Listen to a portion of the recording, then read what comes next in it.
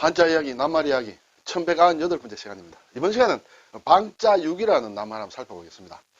네, 설이 지나거나 또는 추석이 지나거나 할 때 보면 예전에는 녹그릇, 그렇죠. 유기를 가지고 이렇게 그릇을 썼는데 특히 제기 같은 경우에 한때 또 사양기를 더 접어들었다가 요즘은 또 녹그릇, 특히 방자유기 같은 것은 여러 가지 또 몸에도 좋은 것도 있고 이래서 다시 이렇게 좀 살아나고 있다 이런 얘기도 들립니다만 이 방자유기라는 말을 한번 살펴보겠습니다. 네, 대구 오면 저기 803 기슭에 보면 대구 방자유기 박물관이라는 게 있습니다. 저는 몇 번 지나쳐는 봤는데 들어가 보지 못했습니다만 네, 이런 것이 있습니다. 그리고 문경에 가면 납청 방자유기초원이라는 게 또 있는 모양이에요. 무형문화재 이봉주 선생이 만든 작품들이 아마 이런 유기 박물관 같은 데도 있는 것 같습니다. 자, 그러면 우리가 이제 방자유기라고 하는데 방자, 네, 이 방자가 무엇이냐? 그 한자로 앞에 보면 사실은 여기 보면 이 방자라고 모방자에다가 글자 자자라고 써놨어요. 한자가 있는 글자냐, 낱말이냐, 아니면 한글로 봐야 되느냐. 유기는 물론 이제 한자죠. 예, 이런 걸 한번 살펴보겠습니다.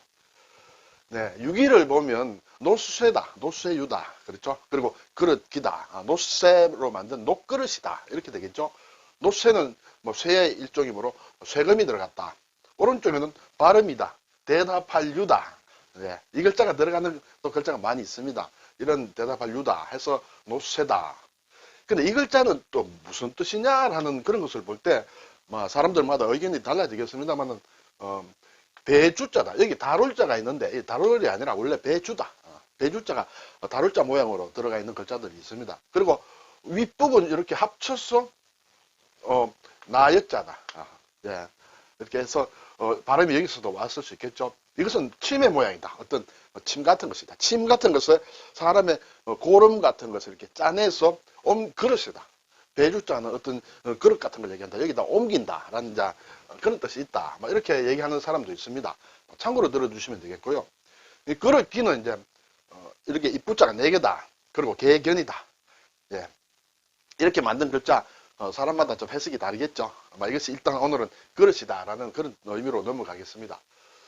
자, 사전을 보니 유기는 노쇠로 만든 그릇이다. 놋그릇이다. 이렇게 되겠죠. 안성의 유기는 예로부터 유명하다. 그렇죠. 안성에. 그래서 안성맞춤이란 말이 나왔죠. 안성맞춤이란 말은 원래 안성맞춤유기라는 얘기예요. 안성의 유기그릇을 주문했는데 아주 딱 마음에 들게 나왔더라. 그런 것이죠. 그래서 요구하거나 생각한 대로 잘된 물건을 비유적으로 이루는 말이다. 경기도 안성에 유기를 주문하여 만든 것처럼 잘 들어맞는다는 데서 유래했다. 어떤 조건이나 상황이 어떤 경우나 계제에 잘 어울린다. 그것이 안성맞춤이다. 원래는 유기그릇에서 출발해서 지금은 유기라는 걸 떼고 다른 모든 것에서 딱 부러지게 딱 잘 들어맞는다. 조화롭다. 이런 것을 안성맞춤이라고 하죠.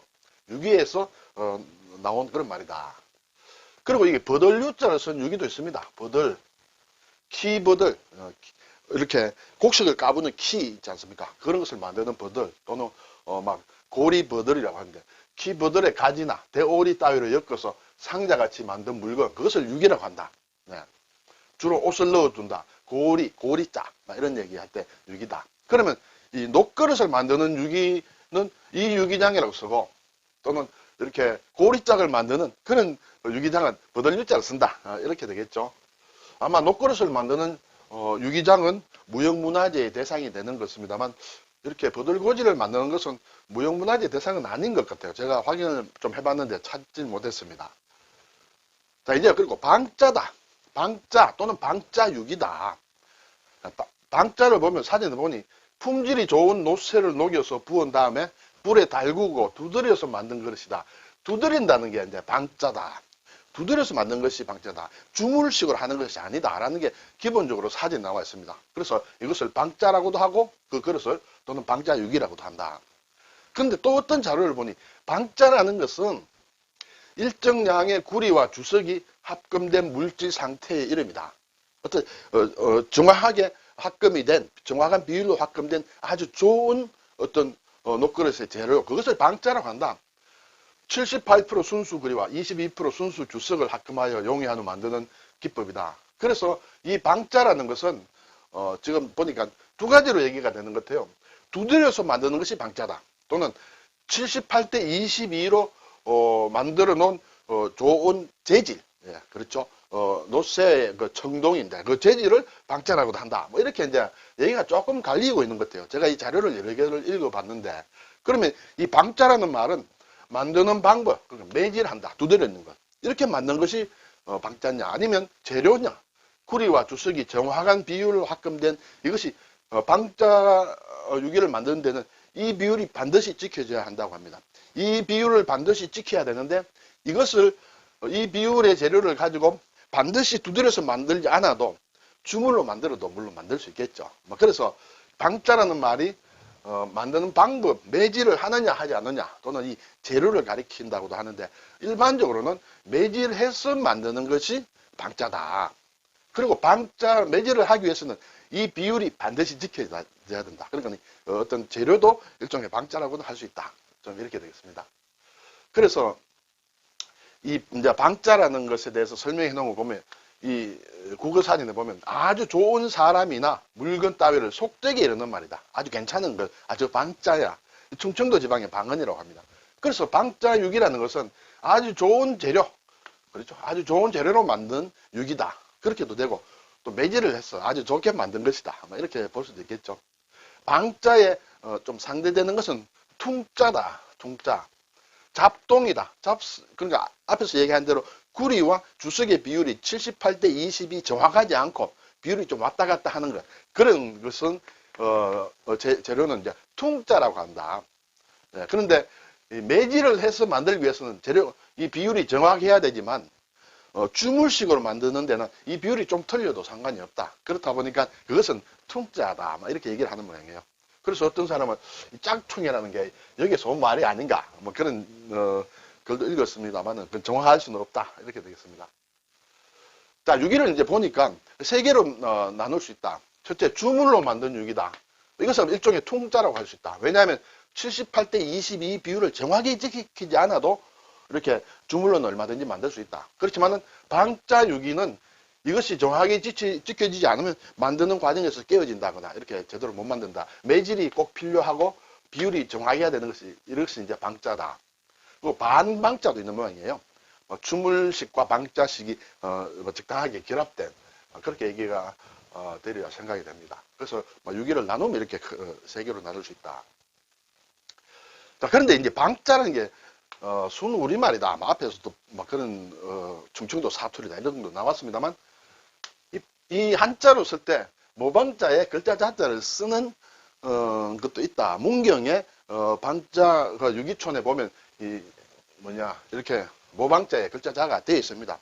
그래서 이것이 쓰는 게 맞는지, 아니면 굳이 방자를 표시하다 보니까 저렇게 되는지는 정확하게는 모르겠습니다만, 어떤 사람들은 보니까 왜 이것이 방자냐 하면 유기 그릇을 만들고 그 아래에다가 이렇게 만든 사람의 이름을 적는다.